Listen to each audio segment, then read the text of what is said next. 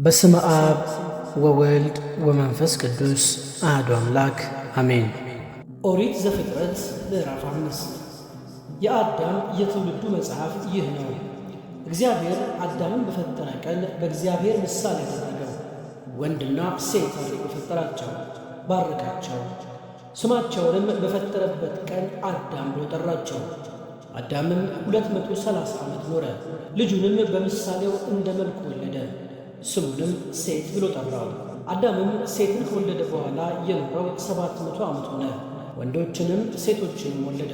አዳምም የኖረበት ዘመን ሁሉ 930 ዓመት ሆነ፣ ሞተም።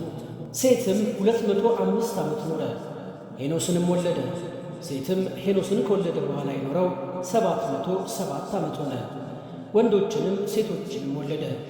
ሴትም የኖረበት ዘመን ሁሉ 912 ዓመት ሆነ፣ ሞተም። ሄኖስም 190 ዓመት ኖረ፣ ቃይናንንም ወለደ።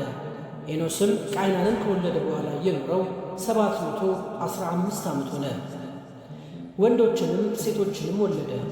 ሄኖስም የኖረበት ዘመን ሁሉ 905 ዓመት ሆነ፣ ሞተም። ቃይናንም 170 ዓመት ኖረ፣ መላልኤልን ወለደ። ቃይናንም መላልኤልን ከወለደ በኋላ የኖረው 740 ዓመት ሆነ፣ ወንዶችንም ሴቶችንም ወለደ። ቃይናንም የኖረበት ዘመን ሁሉ 910 ዓመት ሆነ፣ ሞተም። መላልኤልም 165 ዓመት ኖረ፣ ያሬድን ወለደ። መላልኤልም ያሬድን ከወለደ በኋላ የኖረው 730 ዓመት ሆነ፣ ወንዶችንም ሴቶችንም ወለደ። መላልኤልም የኖረበት ዘመን ሁሉ 895 ዓመት ሆነ፣ ሞተም። ያሬድም 162 ዓመት ኖረ፣ ሄኖክን ወለደ። ያሬድም ሄኖክን ከወለደ በኋላ የኖረው 800 ዓመት ሆነ፣ ወንዶችንም ሴቶችንም ወለደ። ያሬድም የኖረበት ዘመን ሁሉ 962 ዓመት ሆነ፣ ሞተም። ሄኖክም 165 ዓመት ኖረ፣ ማቱሳላንም ወለደ። ሄኖክም አካሄዱን ከእግዚአብሔር ጋር አደረገ። ማቱሳላንም ከወለደ በኋላ የኖረው 200 ዓመት ሆነ፣ ወንዶችንም ሴቶችንም ወለደ። ሄኖክም የኖረበት ዘመን ሁሉ 365 ዓመት ሆነ።